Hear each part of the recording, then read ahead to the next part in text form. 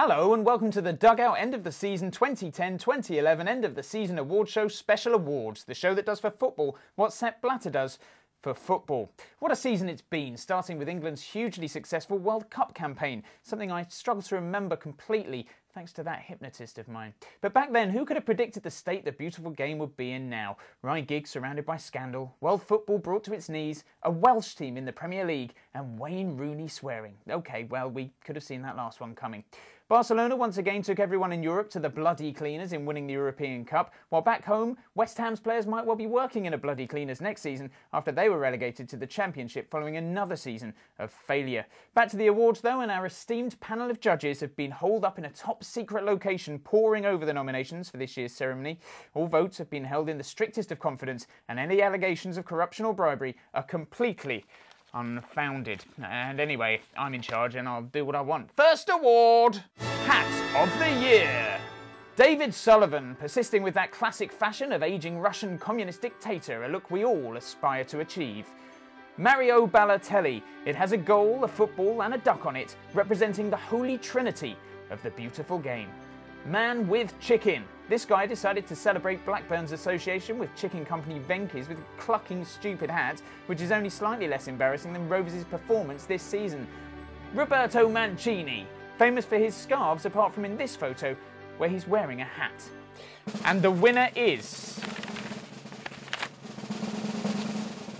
Mario Balotelli. For services to hats, Mario, you are a Dugout Award winner. Not only did Mario sport this fantastic number after winning the FA Cup, but he amazed onlookers with this insane piece of fashion, which could either be a hand or a furry chicken. We're not sure.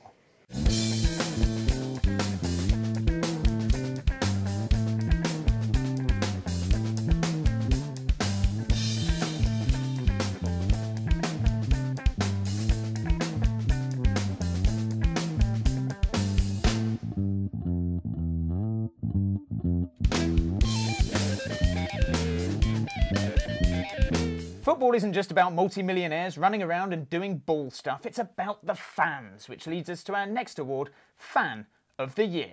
Fan of the Year! Norwich guy, a clip which has become somewhat of a dugout favourite this season. This Norwich fan takes a dive and nonchalantly wanders back into the stands. West Ham guy! Who said West Ham fans were incoherent and stupid? We commit to ourselves. They've taken 10,000 people out there today. I'd like to know any other club in this country. 4,000, wasn't it? 4,000, but more than that, it's 6,000 that area. But to be honest, mate, I'm just gutted. I'm actually heartbroken. No more, yeah. Guy who hit Neil Lennon. Nothing proves your support for your team more than running onto the pitch during a match and physically assaulting the opposing team's manager. Northampton guy, the ultimate pitch invasion. Cobblers fan Derry Felton stages a one-man pitch invasion in his electric wheelchair. And the winner is Norwich guy, because we've shown it so many times this season and we may as well show it again.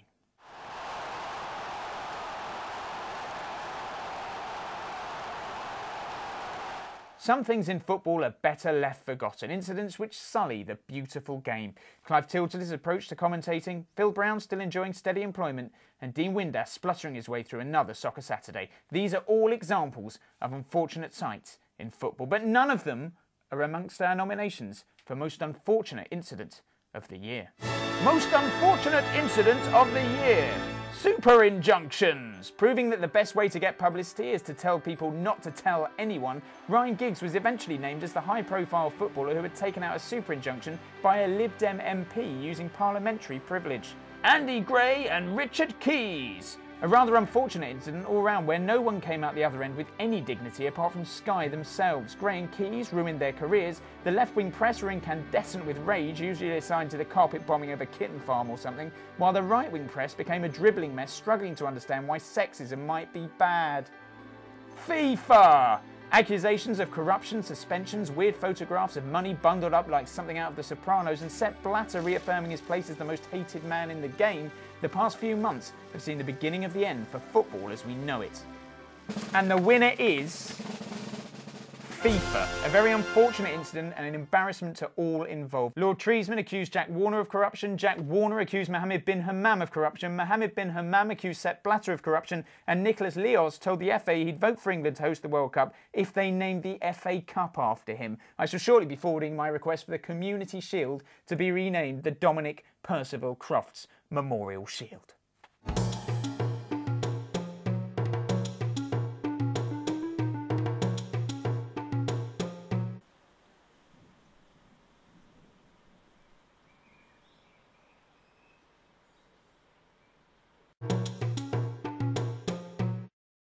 Tweet of the year. Darren Gibson. Gibson joined Twitter in late April, and after receiving such messages from adoring fans as, "Your performance on Saturday was one of the worst I've ever seen of any United player. Scared of the ball much? Team do all the hard work keeping possession, then you hit Rose Ed every f***ing time. And the biggest compliment I can give you is that you were better than Carrick." Gibson decided to shut down his account and take shelter on the subs bench. Gary Neville. G-Nev posted some butchered lyrics of an Oasis song which prompted Noel Gallagher to respond, "I feel violated. If Mr Neville continues to use the holy scriptures of Oasis to communicate with the Cockney Massive, I shall be forced to come up to Cheshire in the middle of the night, break into his house, tie him to a chair, make him listen to the best of Simply Red while I pull out his tash, one grey hair at a time, with my teeth. Liberate those Oasis CDs and shit in his man bag. You have been warned." Neil Shipperley. And Dugout favourite Neil Shipperley for his summarisation of the Champions League final. "That game tonight was all about class, like making love to a woman, not just pulling the knickers down, but entertaining them." And the winner is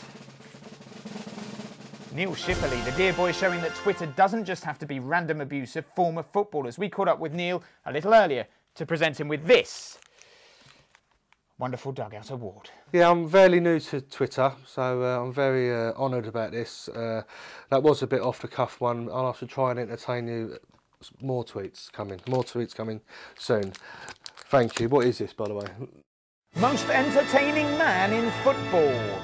Mario Balotelli shouting at his own fans, sneezing whenever he goes near grass, wearing weird hats, notching up thousands of pounds worth of parking fines, and having a suitcase thrown at him by Roberto Mancini. This man has done it all.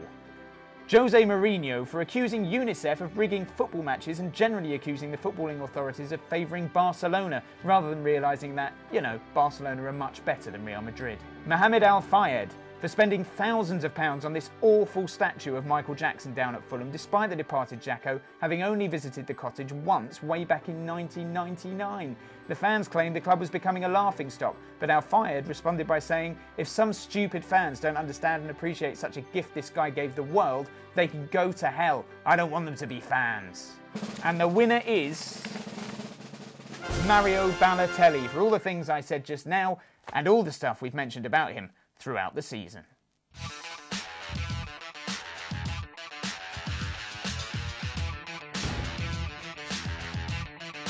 That Emperor's got no clothes on, by the way. He's absolutely buck naked.